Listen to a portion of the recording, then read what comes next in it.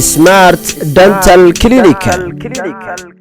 xarunta daaweynta afka iyo ilkaha ee Smart Dental Clinic waxa ay ku samaysay qiimo dhimistii abid ugu ballaarnayd ee xidhista biraha ilkaha waxaana xaruntani kaaga dhigtay xidhashada biraha ilkaha in qofku markuu xidhanayo uu bixiyo $30 oo kaliya inta kalena uu ku bixiyo hab hafta bil walba hadaba ka faa'iideyso qiimo dhimistaasi ballaaran ee sanadkani ay ku samaysay xarunta daaweynta afka iyo ilkaha ee Smart Dental Clinic oo kamida goobaha bixiya adeega caafimaad ee afka iyo ilkaha ee ku yaala gudaha magaalada Hargeysa gaar ahaan agagaarka Hotel Cali Jirde amaba adigoon isdhimin kala xidhiidh wixii faahfaahintaasi dheer taleefanada iyo ciwaanada shashada kaaga muuqda hamogaanin Smart Dental Clinic